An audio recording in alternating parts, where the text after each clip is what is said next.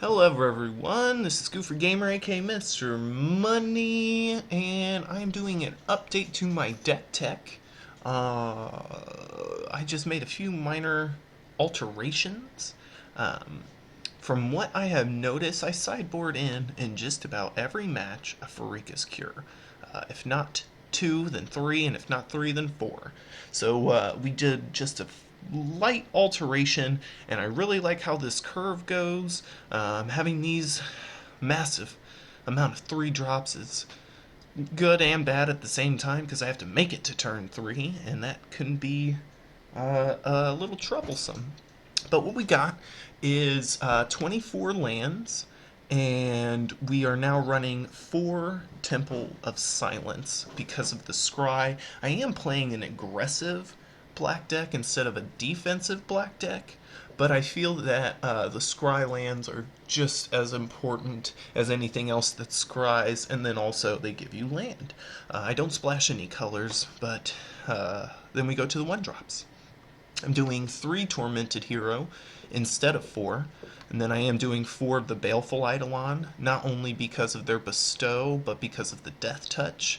It just creates a roadblock unless they have some kind of a combat trick, and usually the only combat trick is going to be God's Willing that can protect against it, unless they remove it as I block.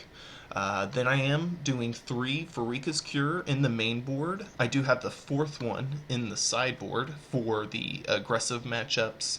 Then I also have 3 Read the Bones. And I like how the 3 Read the Bones of -2 life counteracts by the Farika's Cure for the +2 life. So if I use 3 Read the Bones and 3 Farika's Cure throughout the match, I am not ahead or behind.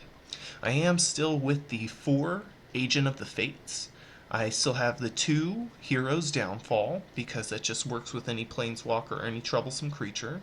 And then also, I went down to 3 Night Howlers, just because if I get them in my hand on the opener, it's just kind of bogs me down, and he doesn't come out as anything, he just goes right into the graveyard. After that, I have 3 Eberos's Emissary, because I do want to see him quite often to work with the Whip of Erebos, which I have 2 of main deck, but I don't want him to be all too often, because with no creatures in my hand, he's only a 3/3 for 4. I have 1 Disciple of the Phoenix, not only for devotion purposes, but with a couple other creatures on the field, such as the Agent of the Fates and maybe an Eidolon, I can see most, if not all, of the cards in someone's hand. It's not likely that they're going to have 7 cards or more, so this really works out. After that, I still have the 4 Gray Merchant. Yay, Gary, you do me good. You do me so well. And then I went down to 3 of the Overlords. I went down to 3 Overlords so that I could make room for this 1 rescue from the Underworld. I could play that in a stalemate situation with Gary and the Overlord, and that would definitely give me the upper hand. Sorry, I have a very goofy girlfriend, but that's where we shine together. Goofy gamer, goofy girlfriend.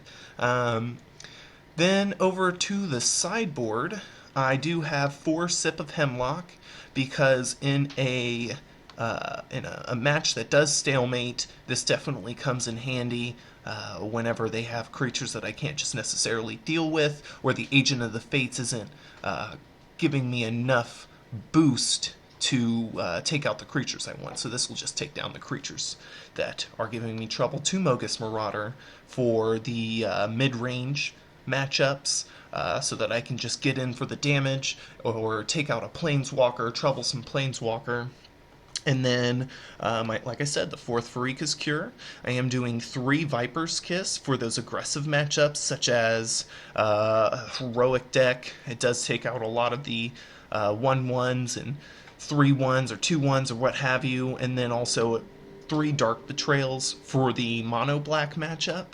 And then 2 Boon of Erebos for a matchup where they're trying to do a lot of removal, and I'm trying to keep a lot of creatures on the field.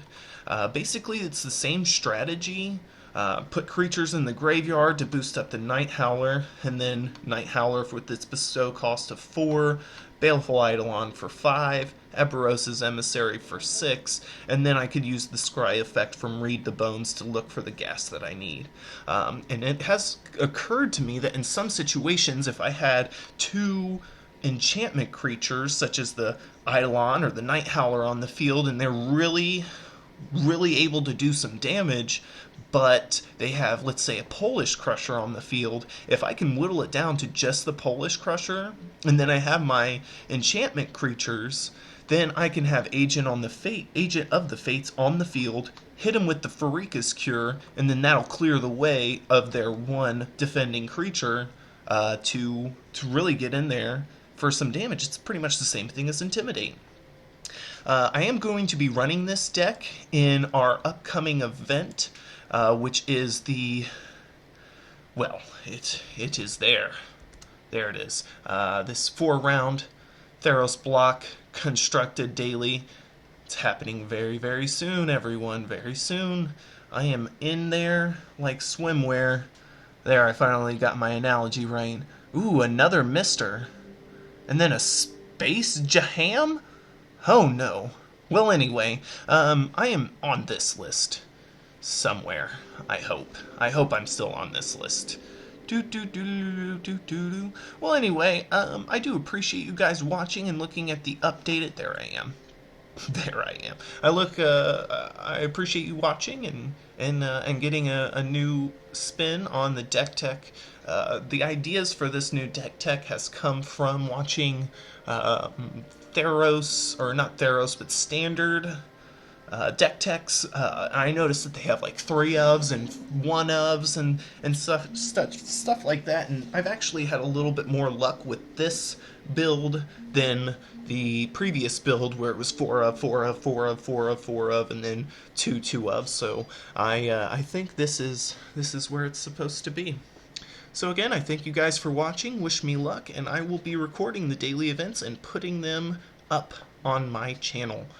Have a wonderful day.